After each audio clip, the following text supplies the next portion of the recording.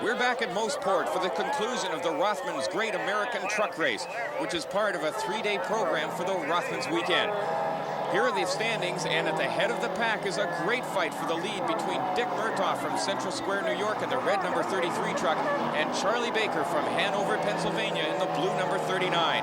These two have struggled for the entire race and have lapped all their competitors, including current third-place driver Luther Burton from Columbus, Indiana, in the yellow number 15 Mack truck. Burton is not in the running for the season-long Detroit Diesel Allison Championship, but today he's putting in a fine performance, enjoying a good lead over the owner of his truck, E.J. Utley, in the pursuing number 5 Mack truck. Utley from Orlando, Florida, is a real truck racing enthusiast who uses the racetrack for a proving ground for advances that may be incorporated into commercial use. Today, however, Utley is more concerned with staying ahead of Shauna Robinson here in the pink truck. She's the only woman racer on the truck racing circuit. Despite a long pit stop to clean her windshield, she is doggedly closing on Utley's 4th place. But at the front, the fight continues.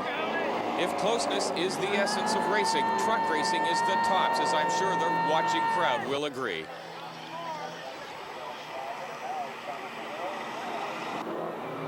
Murtaugh leads, Baker pursues, but from trackside we can see that though Murtaugh races calmly and smoothly, Baker is sometimes off the track and crossed up as he tries to go ahead. So we can imagine better what it's like in the cabs of these racers. I spoke to Baker earlier. Charlie, this sure doesn't look like a standard truck. Now, obviously, you've removed the steering wheel so we can have a better look, but the most glaring thing for me right off the start looking in here is you've got no clutch pedal. Well, we don't. The cockpit is cut down so small, and for comfort and convenience sake, I don't use the clutch pedal. I have a valve down here alongside of my seat that operates an air cylinder, which works the clutch. And with the 13-speed standard transmission, I only use the clutch to get the truck to where it starts to roll, and I don't use the clutch after that because it slows down the shifting process. The transmission is, they call it a 13-speed double overdrive. It basically has 4 shift patterns, the same as a 4-speed in a car. You run basically 4 gears, and you come into what they call a high range area, which starts a second set of 4 gears. And at that point, then you can break each one of those gears in half as you go. So that's where the combination of the 13 gears come from. And on this track, I don't shift with the air because the air's process is too slow. So once I get it into high range, I do all my shifting manually with the stick, and I only make like 4 gear changes throughout this whole course. Where's the red line on your tachometer? We run right around 3,000 RPMs. The engine is manufacturer governed at 2,100, but with all the modifications and so forth, we run it constantly at 3,000. Some of the other guys are running trucks 32 to 3,500, but with the gearing situation that we have in the truck, 3,000 is all we need to turn it. The battle for the lead continues. And now that we've seen the inside of these beasts, it's a little easier to picture just what Murtaugh and Baker are going through now that the rain is also increasing in the latter part of this event. Baker is 35 years old, and he's been truck racing since its North American inception in 1979. But while we can see the intensity of his performance here today, he is still just a part-time racer. Like most of the other drivers, Baker has a job, and he goes racing on the truck racing circuit just as a hobby. Murtaugh, on the other hand, is a much older man. He's raced cars on short circuits for more than 20 years, but these days races only trucks. His experience makes him an ideal racer to ask how much modification is needed to change these trucks from their normal flat-out turn-left-only oval setups to something that will help them cope with Mosport's twists and turns. We usually run just straight oval tracks and dirt tracks, and quite a bit. The tire setup, the spring setup, we're using a lot bigger gear here than we use at most tracks, and having a lot of fun. Your first time on a road course? First time, yes. And the first time driving in the rain? First time ever. I like it. I think we'll put on a good show. How many horsepower are you running out of this truck? Somewhere's over 1,000 horse. We're not sure exactly how much. Nobody will let us use their dynos, and for that kind of horsepower, we keep breaking them. So, 1,000 horse. 1,000 horsepower and 10,000 pounds. No wonder here at corner 8 for the second time, Baker slides off into the dirt, again losing valuable seconds to Murtaugh before setting off once again in hot pursuit of the red number 33. It may be raining, but it won't dampen the enthusiasm of the crowd lining the 2.5-mile Mosport track as they continue to enjoy the struggle for the lead.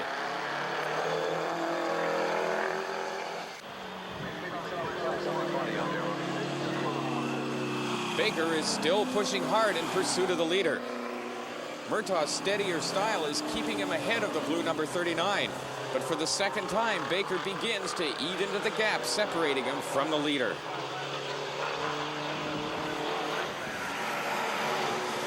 Over the hill and down into corner 2, Murtaugh leading. We see again an example of Baker's rather flamboyant style. A 4-wheel slide in the wet, a 10,000-pound, 1,000 horsepower monster. And at corner 3, the same as we watch the gap. We see Baker's hands as he corrects the slide and closes the gap between himself and the leader. More than a lap behind the battle for the lead is Luther Burton's yellow number 15, still in 3rd place. His progress has been steady, as in the earlier laps, he dropped to 5th place, but since then he has edged his way up to a comfortable position. But he knows that both Utley and Shauna Robinson are not far behind, waiting for a chance to close the gap and capture his 3rd place. He too is an old hand, an ex-car racer, now racing trucks for pleasure. If they're set up right, they work like a car, but about the only real big difference is the car, you sit down where you look at the wall, and the truck, you sit up and look over the wall. That's about the only big difference. If it's set up right, you can drive it, but if it's not, you can't. And it's the same way with a car and a truck. It don't make any difference. Do you feel safer in the truck? I used to till I hit the wall at Rockingham, and I found out that you hit a lot harder. So I think it's worse. Then at corner 8, it happens again. Off the track goes Charlie Baker. This time, though, he does not get right back into it. As Murtaugh builds a lead, Baker sits there in the grass, unable to get enough traction to get back onto the racing surface. Already at corner 1, Murtaugh's policy of a steady, smooth style pays off, especially at this juncture, as it begins to rain more strongly than at any time in the race. Baker is still stuck at corner 8, unfortunately, as Murtaugh stretches his lead into an unassailable position. It looks as though the race-long dice for the lead is over. As Murtaugh rounds corner 3, his lead over the still stationary Baker becomes more than a minute. When at last Baker extricates himself from trackside and gets back on the track, he is about 1 minute and 20 seconds behind the leader, but still in 2nd place. While off the track, Baker was passed by Burton and Utley as they unlapped themselves. And as Utley powers up the pit straight, 4th place Robinson is also just behind Baker as he accelerates up the straight in pursuit of the leader. As we mentioned earlier, E.J. Utley is a skilled enthusiast whose racing developments may pass into commercial use. We do a lot of research and development work for different organizations now, General Motors, Detroit Diesel, Allison. We do some research work in the engine area as far as I'm doing some ceramics right now. We're running some ceramic coatings and components in the engines, and which are relatively new, not brand new, but it's new to the trucking industry, and it's revolutionary in the automotive industry as far as the internal engine parts. And we're running a special cooling system right now that's totally new. We don't use water at all. It's a compound that's developed, and it'll probably evolve into automobiles because it'll stand a lot higher temperature without boiling. By now, it's raining heavily as Utley is approached by the leader as he threatens to lap the 4th place man again. With Baker close behind, Murtaugh cannot slacken his pace. But his lead is still over a minute, a lead that Baker cannot make up in the remaining laps without the help of trouble striking the leader. But Baker does not give up. At corner 5, he is still passing the others where he can, when he can. But it is without much hope, for though he begins to eat at the gap separating him from the leader, Murtaugh is still way ahead. In the closing stages, with only 1 lap to go, Burton is forced to pit, his vision finally obscured by a debris-ridden windshield. As he enters pit row, he knows his 3rd spot is in jeopardy, for not far behind are Shauna Robinson and E.J. Utley. While he receives attention in the pit lane, he's passed by Robinson and Utley, dropping him back to 5th place. Murtaugh makes no mistakes. The championship leader comes into view at corner 8 with a healthy margin over the 2nd place man. And despite the rain, he knows that nothing can stop him from increasing his points margin over Baker. Around corner 9, up into corner 10, the rain flying from his tires, the red number 33 powers up the front straightaway to take the checkered flag. Today, the older, wiser head has prevailed. Murtaugh's classic style, concentrating on smoothness, has triumphed over youth and verve. And the New Yorker will leave Mosport richer, not only in pocket, but in achievement as well.